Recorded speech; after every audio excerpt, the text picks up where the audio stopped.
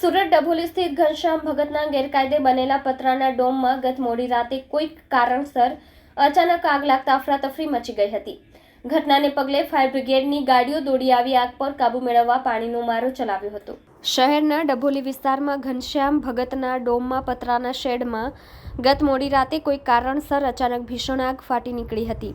આગની જ્વાળાઓ દૂર દૂર સુધી આખા વિસ્તારમાં દેખાતા આસપાસના લોકોમાં અફરાતફરી મચી જવા પામી હતી। આ ડોમ સુરત મનપાના અધિકારીઓની રહેમ નજર હેઠળ બની હોવાની ચર્ચા છે। આગની જાણ સ્થાનિકો દ્વારા તાત્કાલિક ફાયર કંટ્રોલને કરવામાં આવી હતી।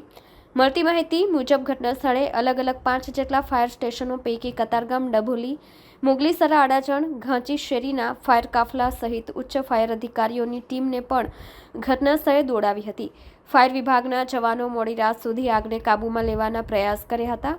સદનસીબે આ ઘટનામાં કોઈને ઈજા કે જાનહાનિ થઈ ન હતી। આગના ગોડાઉનના શેડ તથા તેમાં સ્ટોર કરેલા બેકરીના સામાનને ભારે નુકસાન થયું હોવાની આશંકા વ્યક્ત કરવામાં આવી રહી છે। કેમેરામેન હકીમ શેખ સાથે વસીમ હાસમીનો રિપોર્ટ, આઝાદ ન્યૂઝ, સુરત। મારું નામ રમેશ સિલ્વર છું। કતારગામ ફાયર સ્ટેશન ખાતે ફાયર ઓફિસર તરીકે ફરજ બજાવું છું। રાતે કંટ્રોલ રૂમના મેસેજ પ્રમાણે રાત્રે 11 વાગે આપણે મનીષ માર્કેટ વિસ્તારમાં કોઈ બેકરીની પાછળના ભાગે શોર્ટ સર્કિટથી આગ લાગી છે એવો મેસેજ હતો। ઘટના સ્થળે તપાસ કરતા પવનને લીધે થોડીક આગ વધુ પ્રમાણમાં પકડાયેલી હોય। બીજા ફાયર સ્ટેશનો પરથી બી ગાડી બોલાવવી પડી। શરૂઆતમાં તો ફાયર સ્ટેશનને કોલ આપવામાં આવેલો હતો। અત્યારે કઈ પ્રકારની પરિસ્થિતિ છે?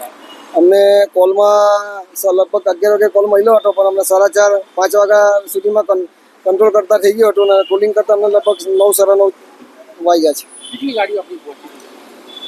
ગાડી આપણે 3 ફાયર સ્ટેશનને શરૂઆતમાં કોલ આપ્યો, પણ આગનું વિકરાળ સ્વરૂપ જોઈને અમારા divisional officer, deputy chief fire ઓફિસરને બી જાણ કરવામાં એ લોકો પણ ઘટના સ્થળે આવ્યા હતા અને બીજા નજીકના ફાયર સ્ટેશનથી બી ગાડી મંગાવવામાં આવી। અત્રે ગોડાઉન છે અને બેકરીનો ભાગ હતો, એટલે ઘટના સ્થળે અહીંયા આગ લાગી ગયેલી। કંટ્રોલ દ્વારા અમને જાણ કરવામાં આવતા અમે ઘટના સ્થળે આવેલા અને ઘટનાની પરિસ્થિતિને ધ્યાને લેતા તાકીદે લગભગ 18 થી 19 ગાડીઓને અહીંયા બોલાવી લેવામાં આવેલી છે। મેજર કોલ ડિક્લેર કરીને તમામ અધિકારીને બોલાવી લેવામાં આવેલા છે।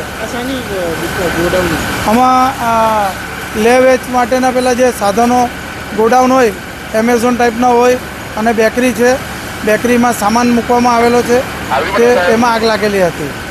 અલગ અલગ પ્રકારના ગોડાઉનો છે।